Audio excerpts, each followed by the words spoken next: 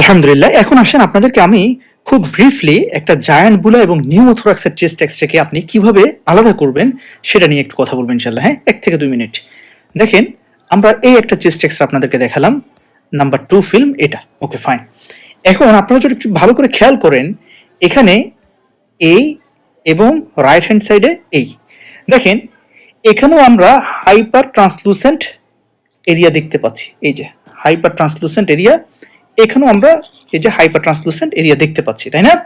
ওকে, এখন আমাদের প্রশ্ন হলো যে দুইটাই তো হাইপার ট্রান্সলুসেন্ট এরিয়া, তাহলে হাইপার ট্রান্সলুসেন্ট এরিয়া আমরা নিউমোথোরাক্সেও পাই, হাইপার ট্রান্সলুসেন্ট এরিয়া আমরা জায়ান্ট বুলের ক্ষেত্রেও পাই।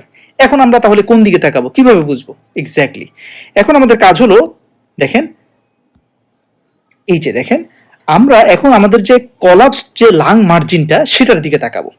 তাহলে যদি একটু ভালো করে আপনারা খেয়াল করেন যে আমার এই পাশে যে কলাপস লাং মার্জিনটা, এই পাশে যে কলাপস লাং মার্জিনটা সেটা কিন্তু কি কনকেভ। এই যে দেখেন কনকেভ হয়ে আছে, এই যে কনকেভ একটা কলাপসড লাং মার্জিন। আর আমার এই পাশে যে ফিল্ডটা, এখানে দেখেন লাং মার্জিনটা কোথায়, কলাপস লাং মার্জিনটা এই যে দেখেন, এই যে, ঠিক আছে? সো এটা হচ্ছে আমাদের যে কনভেক্স লাং মার্জিন। তাহলে হাইপার ট্রান্সলুসেন্ট এরিয়া দেখার পরে যদি দেখি কলাপস লাং মার্জিনটা কনকেভ, এই যে কনকেভ, তাহলে সেটা জায়ান্ট বুলা।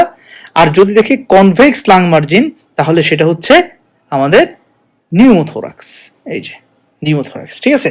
আমি আবার একবার আপনাদেরকে রিভিউ করাচ্ছি দুইটা এক্স-রে। Okay fine. এখন একটু আমার দিকে লক্ষ্য করুন যে এই যে hyper translucent area, hyper translucent area, কিন্তু এখানে কলাপস লাং মার্জিনটা এই যে concave, concave. So this is giant বুলা।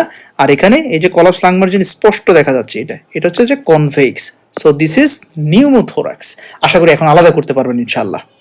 এবার আসেন আমরা ইনশাআল্লাহ আলোচনা করব যে কলাপস